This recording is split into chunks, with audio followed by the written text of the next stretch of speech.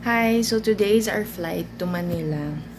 So nag-impake na ako actually last week pa, paunti-unti. So kasama namin si Auntie tsaka si Japs.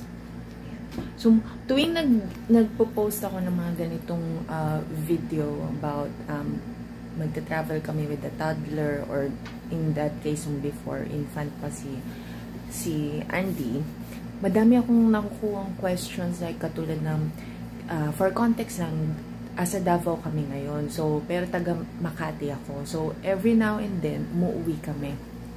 So, sa Davao, medyo strict sila sa mga requirements regarding sa pagkasama mo is minor. So, kailangan every time na aalis kami, dala-dala namin yung, ito dala-dala ko ito palagi.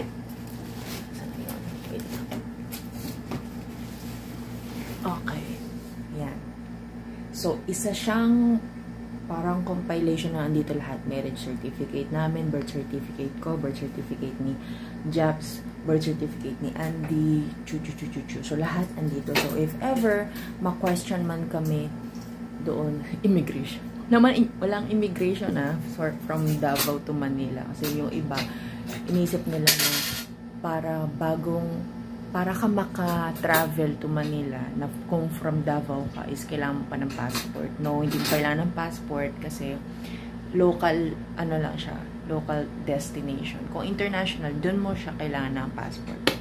So, dala ko siya, pero since ilang beses na kami pabalik-balik from Davao, Manila, Davao, masyado siyang bulky or masyado siyang, pero ang inukuha lang naman nila is yung birth certificate. So, ang ginawa namin, pinasirox na namin yung birth certificate, tapos parang pag tuwing mag-check sila ng mga requirements or kung anak mo ba talaga yung dala-dala mo, is present lang yung yung Xerox copy.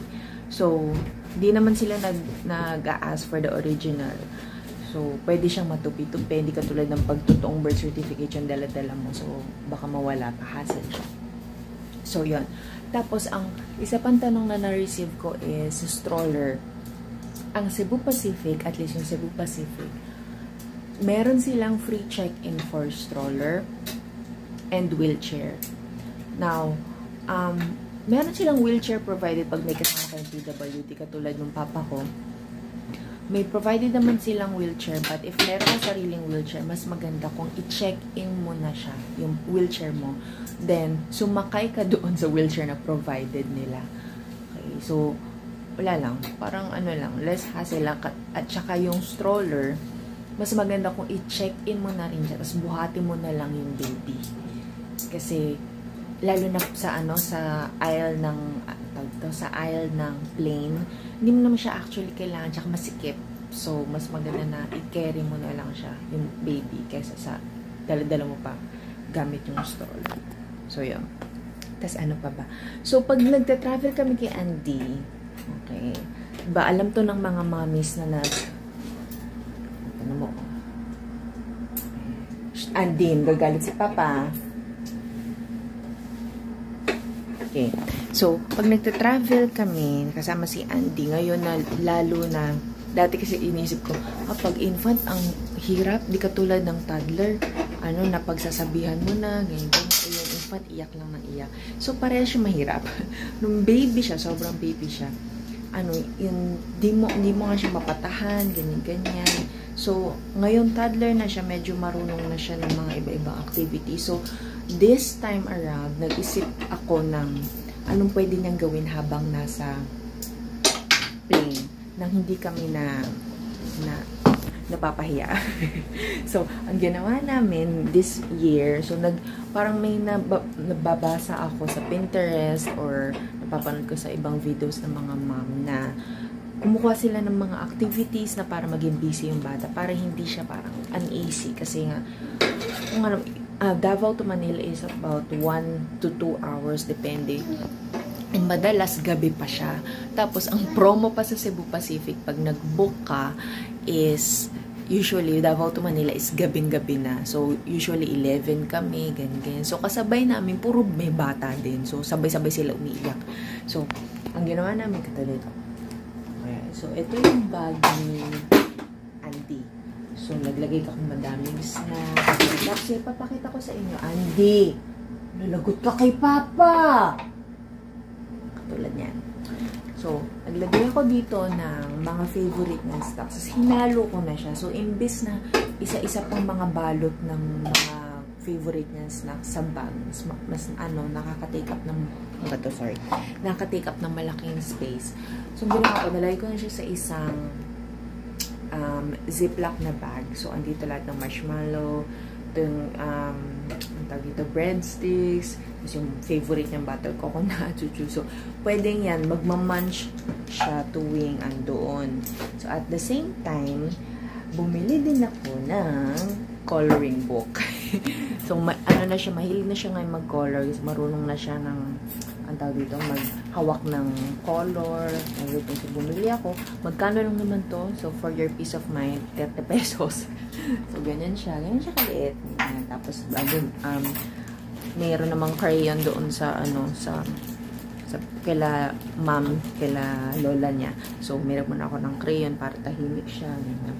Tapos, si Andy, since nag-1 siya, hindi na siya nag-milk ng parang, ano na lang siya, fresh milk, or full cream milk pala. Andy, full cream milk na lang siya. So, usually, kung ano meron, Selecta, Anchor, so ano meron sa supermarket, binibilang ko siya ng milk. So, ngayon magtutuna siya, every now and then, mas prefer ko na actually ang powder kaysa yung liquid, lalo na pag dito travel. So, ngayon bumili ako ng madaming birch tree. Masarap ang birch tree compared sa Bear Brand. Para lang sa akin na. So, ito birch tree yan. So, madami ako just in case na gusto niyo dumede. Binigyan na siya. Okay. So, yun. Tapos, nakalagay lahat dito. Pati yung diaper niya. Kung from Davao ka, tapos magta-travel ka from Manila, tapos meron kang travel to Manila, tapos meron kang baby, meron sila actually lounge kung saan pwede ka mag-breastfeed. So, hindi naman ako be-breastfeed, pero pumupunta kami doon pag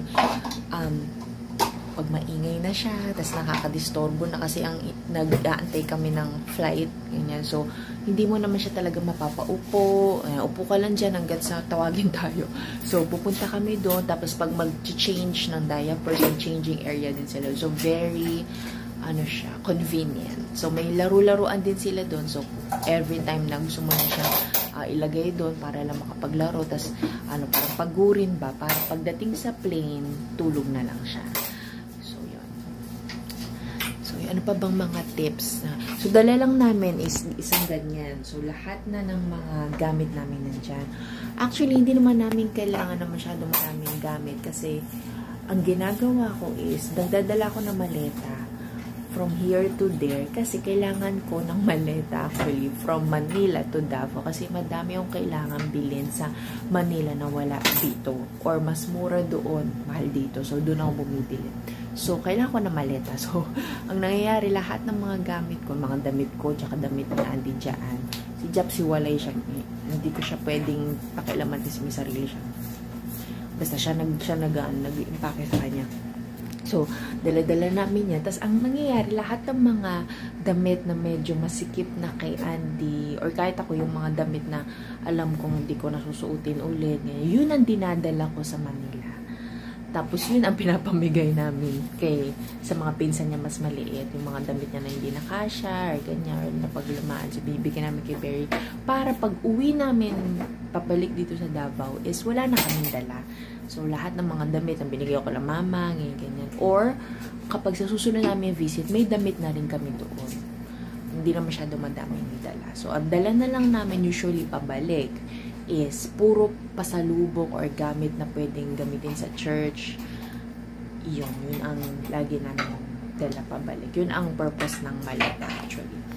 So, pag nagte-travel kayo, I think meron kayong free na 7 kilos na for baggage. Sa Sempak, sa Cebu Pacific, may 7 kilos kayong free na baggage.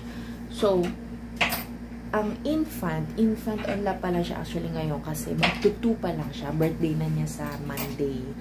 So, ngayong magta-travel kami, hindi pa siya 2. So, infant on lap pa lang siya. So, kasama ko ako or either si Jabs, ang kakandong lang siya, ganyan. Pero pagbalik, or kasi uuwi kami ng Bora this time around sa bakasyon namin. So, at that time, 2 na siya.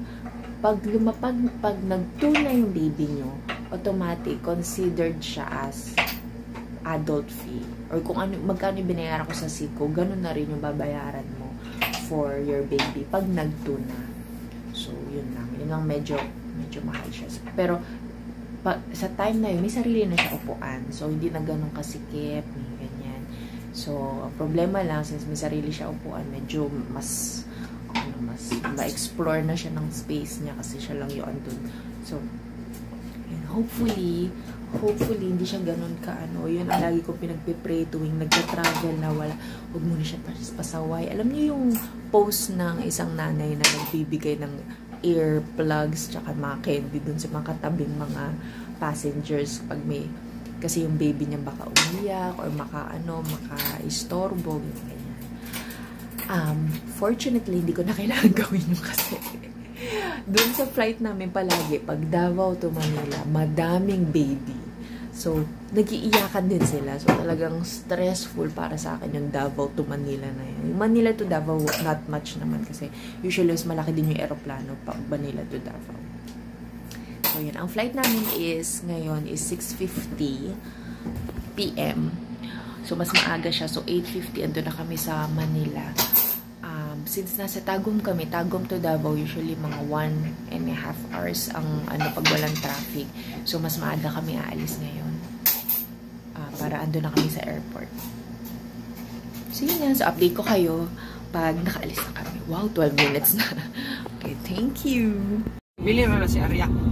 Oo, nagtawag sa tutulog ko. Maluto. Makag-discount daw. Ikaw mag-video mo ngayong Sunday? Oo, pero biya lang kayo. Bakit?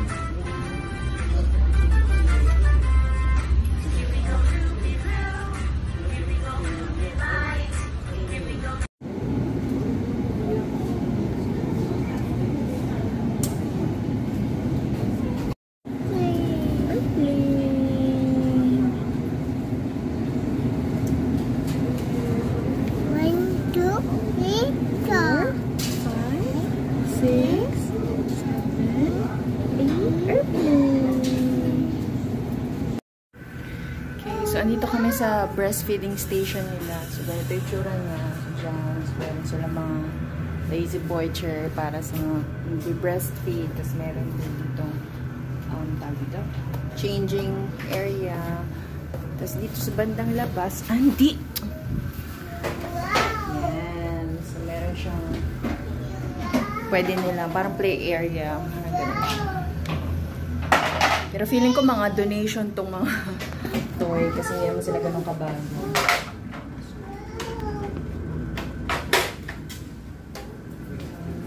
So, 6:50 pa yung flight. Ano pa lang ngayon, magfa-5 pa lang. So, medyo matagal-tagal pa kami dito.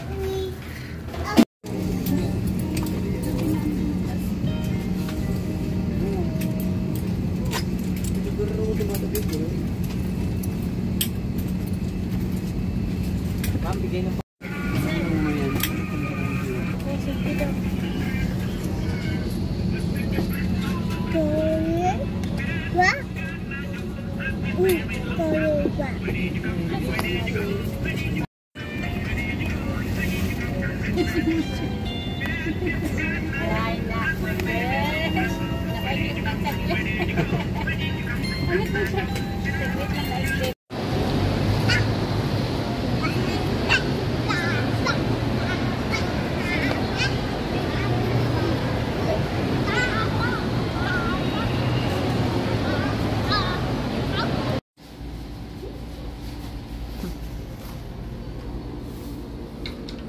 Hindi.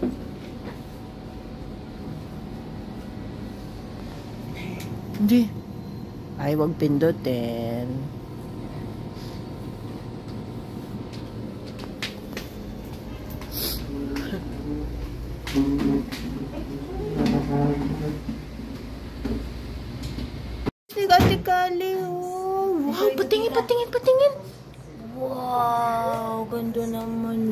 Ate Kali. Andy, natutulog Tutulog si Berry. Kamalig. Ay! naman.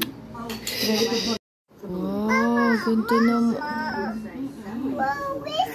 Hindi mamaya na open. Oh, you need to wait. You need to wait. Open. Ayan na. Pa, alin mo muna ito? Huwag ka na magulo dyan, ha? Okay, very good naman. Very good naman yun. Ano rin cellphone mo? Diyan.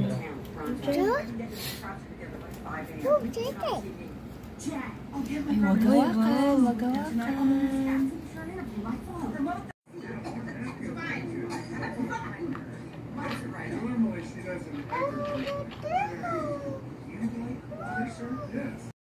Wow! Uy! Ate Kali din. Wow! Ang iitim naman ng paa nyo.